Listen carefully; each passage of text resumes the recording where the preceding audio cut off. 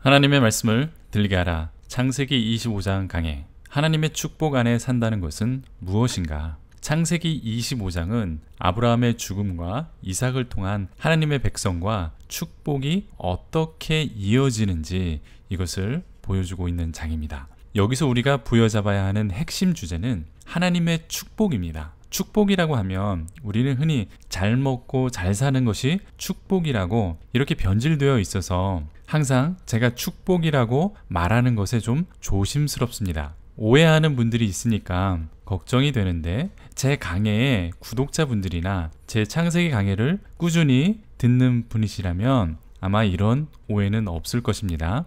하나님께서 주시는 축복 안에서 사는 것이 얼마나 중요한 것인지 그것을 함축적으로 보여주는 장이 바로 오늘 창세기 25장의 내용입니다. 하나님의 축복 안에 산다는 것은 결국 하나님과 동행하는 것입니다. 하나님과 함께 동행하면서 사는 것이 가장 큰 축복이고, 그것이 축복의 가장 중요한 개념 중 하나라는 것을 우리들에게 보여주는 것이죠. 이러한 관점에서 우리는 축복을 바라볼 필요가 있습니다. 정말 제 주장이 맞는지 창세기 25장을 통해서 한번 나누어 보겠습니다. 특히 결론 부분에서는 이런 의미에서, 다시 말하면 하나님과 동행하는 것이 축복이라는 의미에서 하나님의 축복과 우리의 구원에 관하여서도 한번 연관지어 생각해 보겠습니다. 예수 믿고 구원받는 것과 하나님의 축복과 연결해서 한번 생각해 보자는 것입니다. 제 나름대로의 해석을 함께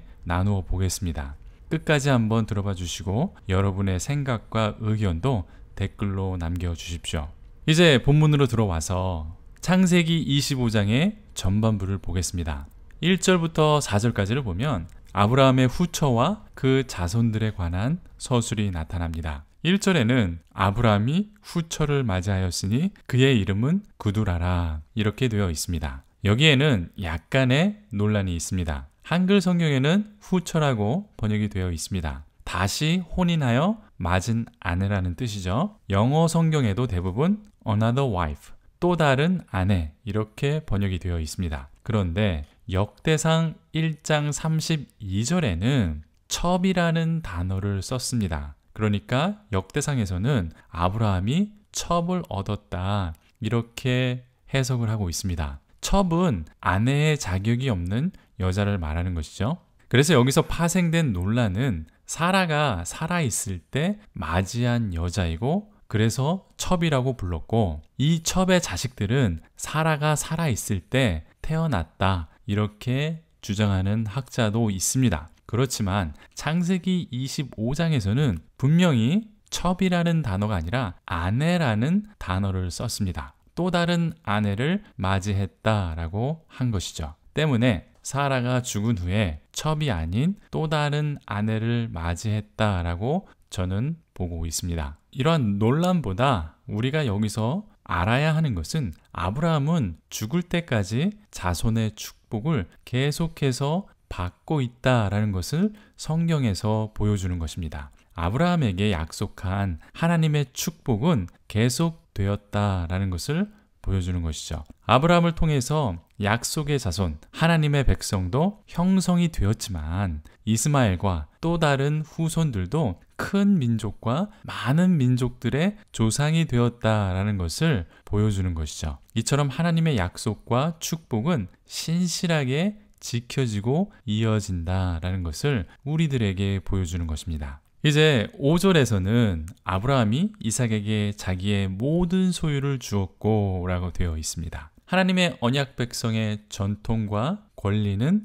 이삭에게 갔다, 이것을 보여주는 것이죠. 반면 아브라함의 후처의 후손들에게는 자신의 소유물을 주었다라고 되어 있습니다. 이 구절이 나타나는 6절을 한번 보겠습니다. 여기에서 아주 중요한 힌트가 나타납니다. 자기 서자들에게도 재산을 주어 자기 생전에 그들로 하여금 자기 아들 이삭을 떠나 동방 곧 동쪽 땅으로 가게 하였더라. 서자들은 이삭을 떠나서 갔다고 되어 있습니다. 특히 이삭을 떠나서 간 곳이 동방 곧 동쪽 땅이었다라고 말해주고 있습니다. 제 창세기 강의에서 몇 번 말씀드린 적이 있는데 창세기에서 동쪽이라는 것은 아주 중요한 의미를 가지고 있습니다. 동쪽은 하나님을 떠난 장소이고 하나님과 멀어지는 장소를 상징적으로 말씀해주고 있는 그러한 상징적인 곳입니다. 아담과 하와가 범죄한 후에 하나님과 멀어져 간 곳은 에덴의 동쪽이었습니다.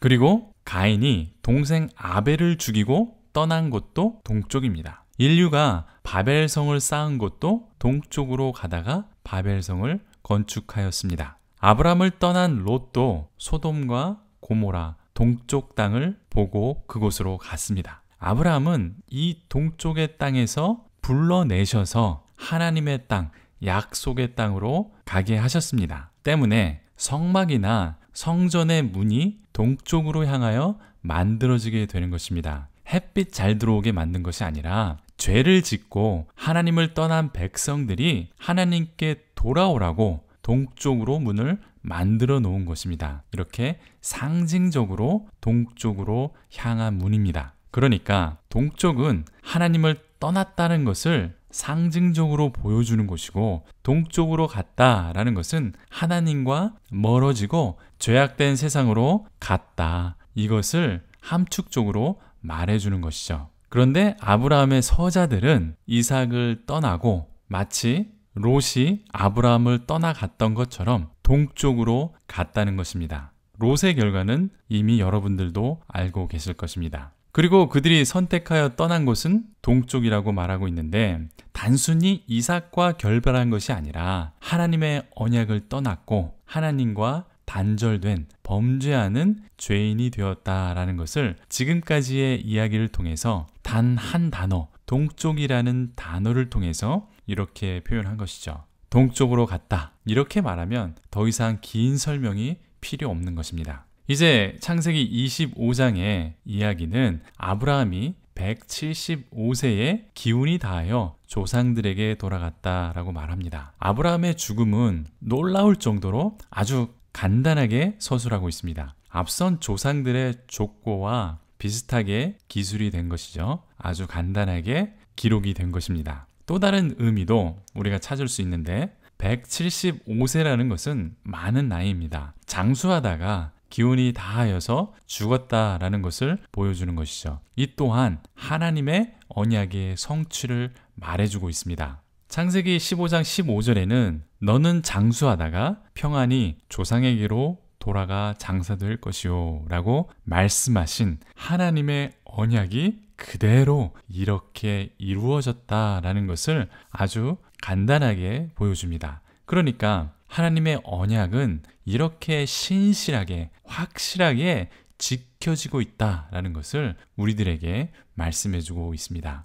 이렇게 창세기 25장은 철저하게 언약적 관점으로 우리들에게 이 이야기를 말해주고 있는 것이죠. 그리고 창세기 25장은 아주 짧은 이삭의 이야기로 넘어갑니다. 11절을 보겠습니다. 아브라함이 죽은 후에 하나님이 그의 아들 이삭에게 복을 주셨고 이삭은 부엘라헤로이 근처에 거주하였더라. 창세기 25장의 초점은 축복이라고 말씀드렸습니다. 이 구절은 그 축복의 근원은 바로 하나님이다. 이렇게 말해주고 있습니다. 하나님이 이삭에게 복을 주셨다. 이렇게 말해주죠. 그러면서 잠시 이스마엘의 이야기를 다루게 됩니다. 12절부터 15절까지 이스마엘 자손의 이름이 나타나고 16절에 이들 12부족과 지도자들이 되었다라는 것을 말해줍니다. 그리고 17절에 이스마엘이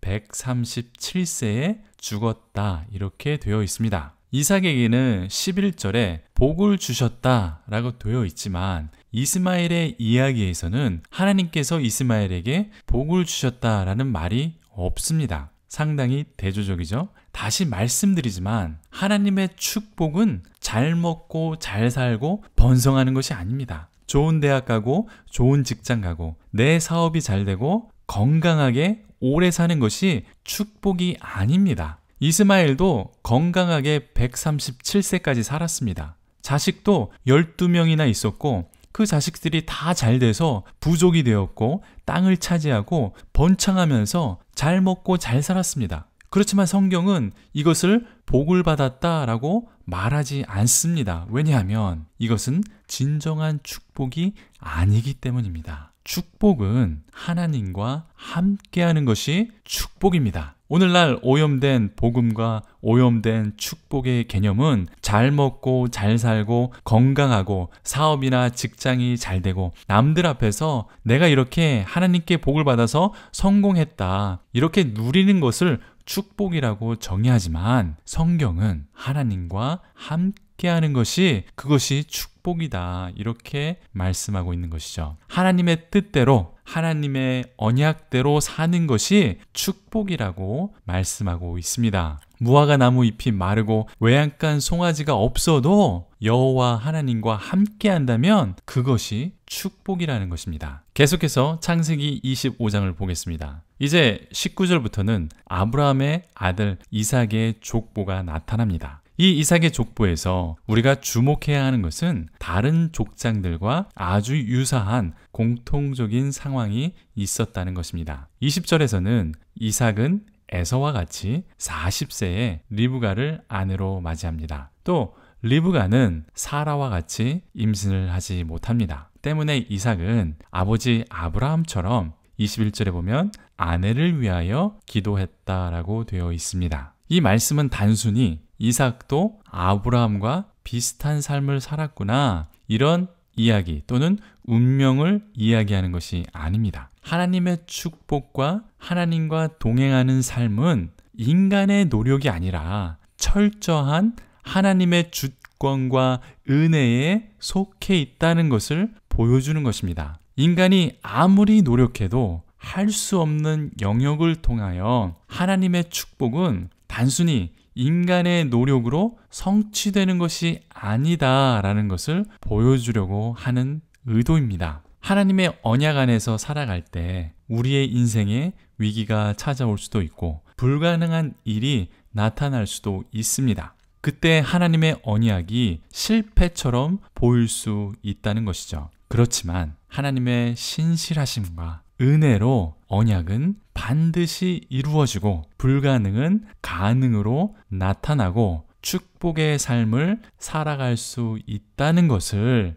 이삭의 짧은 이야기를 통해서 보여주고 있는 것입니다. 그리고 창세기 25장 이야기는 야곱과 에서가 어머니의 뱃속에서부터 싸우는 장면으로 계속되고 있습니다. 23절에는 하나님께서 두 민족이 나타날 것이다 라고 말씀하십니다. 한쪽이 강하고 큰 족속이 되지만 강하고 큰 족속이 어린 자를 섬기게 된다, 이렇게 말씀합니다. 그러면서 에서가 먼저 태어나고 에서의 발꿈치를 잡고 야곱이 태어납니다. 이 얼마 되지 않는 차이 때문에 형과 동생의 운명이 하나님의 백성으로 태어나느냐 그렇지 못하느냐의 운명을 결정짓는 것이었습니다. 하나님의 축복 안에 사는가 그렇지 못하는가, 이러한 운명이 결정될 수 있다는 것입니다. 이렇게 결정된 운명은 하나님의 언약의 관점에서 다시 이야기로 펼쳐집니다. 에서는 언약 백성으로서의 권리를 가지고 태어났습니다. 장자의 권한을 가지고 태어났죠. 하나님의 백성으로 선택된 축복 안에서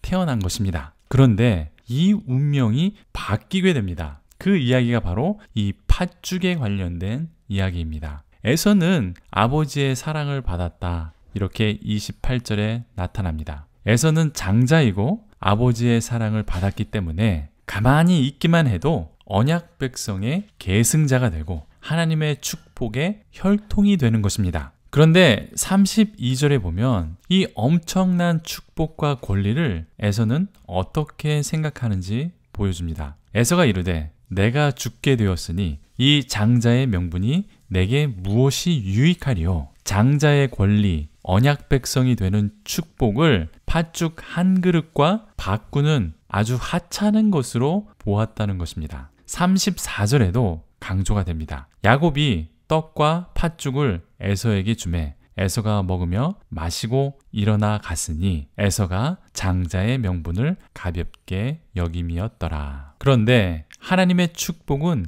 이렇게 자연적 권리가 아니다. 성경은 이렇게 말씀하고 있습니다. 장자로 태어났으니까 자연적으로 주어지는 권리가 하나님의 축복이 아니라 하나님과 동행하고 하나님과의 관계 속에서 주어지는 것이 축복이라는 것을 보여주는 이야기입니다. 가인도 장자의 권리를 가지고 태어났지만 하나님께 거부되었고 동생을 죽임으로써 그 권리가 박탈당하고 셋이 새로운 하나님의 백성으로 선택되었습니다. 창세기 4장 26절에서 5장 8절에 그 이야기가 나타납니다. 이삭도 이스마엘을 제치고 하나님의 선택을 받았습니다. 라헬도 그녀의 언니 레아를 대신해서 선택이 되었습니다. 요셉도 막내였지만 형제들을 제치고 선택이 되었죠. 유다도 형제들 사이에서 왕의 조상으로 메시아의 조상으로 선택이 되었습니다. 유다의 며느리 다말은 하나님의 백성, 언약 백성의 권리 안으로 들어가기 위해서 목숨을 걸고 이를 쟁취합니다. 이방 여인 기생 라합도 민족을 배신하고 하나님의 백성을 선택하고 하나님의 백성으로 들어가게 됩니다. 이방 여인인 룻도 모든 것을 포기하고 하나님의 백성이 되었습니다. 하나님의 백성이 되고 하나님의 축복 안으로 들어가는 것은 때로는 목숨을 걸어야 했고 많은 오해와 비난을 감수해야 했습니다. 성경과 오늘 본문 창세기 25장에서는 하나님의 축복과 하나님의 선택은 자연적 권리가 아니라는 것을 보여줍니다. 가만히 있어도 주어지는 것이 아닙니다. 그렇다고 인간적인 노력으로도 주어지는 것도 아닙니다. 믿음으로 부여잡고 하나님의 은혜로 선택을 받아야 한다는 것입니다. 우리의 신앙도 마찬가지입니다. 그냥 예수님 믿고 구원을 얻으면 끝이 아닙니다. 하나님과의 관계를 유지해야 하는 것입니다. 이것을 우리는 성화라고 말합니다. 구원은 칭의, 성화, 영화 이 세 가지가 모여서 완전한 구원이라고 보는 것입니다. 우리가 예수님을 믿으면 의롭다함을 얻습니다. 이것을 칭의라고 하는 것이죠. 그리고 예수님을 믿고 변화된 삶이 동시에 이루어지는데 이것을 성화라고 합니다. 성스럽게 거룩하게 된다는 것입니다. 성화는 거룩함으로 구속된다는 뜻입니다. 고린도전서 1장 30절에 보면 예수님께서 우리에게 의로움과 거룩함이 되셨다고 했습니다. 의로움은 칭의고 거룩함은 성화라는 것인데 예수님이 이것을 이루어 주셨다라고 되어 있는 것이죠. 따라서 칭의와 성화는 함께 붙어가는 것이라고 성경은 말합니다. 분리되는 것이 아닙니다. 인간의 노력으로 구원 또는 칭의를 이룰 수는 없습니다. 오직 은혜로 하나님의 선택으로 주어지는 것입니다. 오늘 말씀에서도 보듯이 나의 노력과 쟁취로 얻는 것이 아닙니다. 그렇다고 거룩함, 성화되는 우리의 인간의 노력을 분리할 수도 없습니다. 우리의 삶은 동쪽으로 가면서 하나님 왜 복을 주지 않으십니까? 왜 성공하는 삶을 살지 못합니까? 하나님께서 범사에 복을 주시고 함께 해주신다고 약속했는데 왜 축복된 삶을 누리지 못합니까? 이렇게 말할 수 없다는 것입니다. 이제 결론을 맺겠습니다. 오늘 창세기 25장의 말씀을 보았습니다. 특히 언약적 관점으로 창세기 25장을 바라보았습니다. 하나님께서는 성실하게 아브라함에게 약속하신 언약을 지키시며 아브라함에게 복을 주셨고 장수하고 후손의 축복을 주시는 것을 확인했습니다. 또 이삭에게도 복을 주시고 불가능한 상황에서도 에서와 야곱을 후손으로 주셨습니다. 이는 인간의 노력으로 하나님의 축복을 쟁취할 수 없다는 것을 보여주는 것입니다. 또 에서와 야곱의 이야기를 통해서 하나님의 선택과 축복은 자연적으로 주어지는 권리가 아니라는 것을 보여줍니다. 하나님 안에 거하고 하나님과의 관계 안에서 이루어진다는 것을 보여주고 있습니다. 언약 관계를 설명하는 아주 좋은 예는 결혼 관계와 비슷하다고 말씀드렸습니다. 아무 노력 없이 사랑하는 관계가 무조건 이루어지는 것이 아닙니다. 불성실한 결혼 생활을 하면서 권리만 주장할 수는 없습니다. 그렇다고 한쪽에서만 일방적으로 사랑한다고 결혼이 유지되는 것도 아닙니다. 서로 사랑해야 하고 그에 따른 의무와 도리를 다해야 하는 것입니다. 우리의 구원도 마찬가지라고 믿습니다. 결혼해서 구원은 이루어지고 하나님의 배우자의 자격과 권리를 얻게 되었습니다. 이것을 우리는 구원받았다라고 말합니다. 그런데 배우자가 결혼 생활에는 충실하지 않고 바람 피우고 흥청망청 살면서 돈과 권리만 주장하고 집에도 들어오지 않고 막 살아갑니다. 그러면 이러한 결혼은 지속될 수가 없는 것입니다. 오늘 창세기 25장은 이러한 축복의 관계, 언약적 관계를 말씀해주고 있습니다. 아브라함과 이삭과 야곱은 하나님의 은혜로 선택받았습니다. 그리고 그 선택에 합당한 언약 관계 안에서 삶을 살았습니다. 이 선택과 은혜는 인간의 노력으로 이루어지지 않습니다. 또 자연적인 권리로도 이루어지지 않습니다. 동쪽으로 가는 삶으로도 유지될 수 없습니다. 때문에 우리는 구원도 하나님과의 관계가 아주 중요하다는 것을 성경이 말씀해주고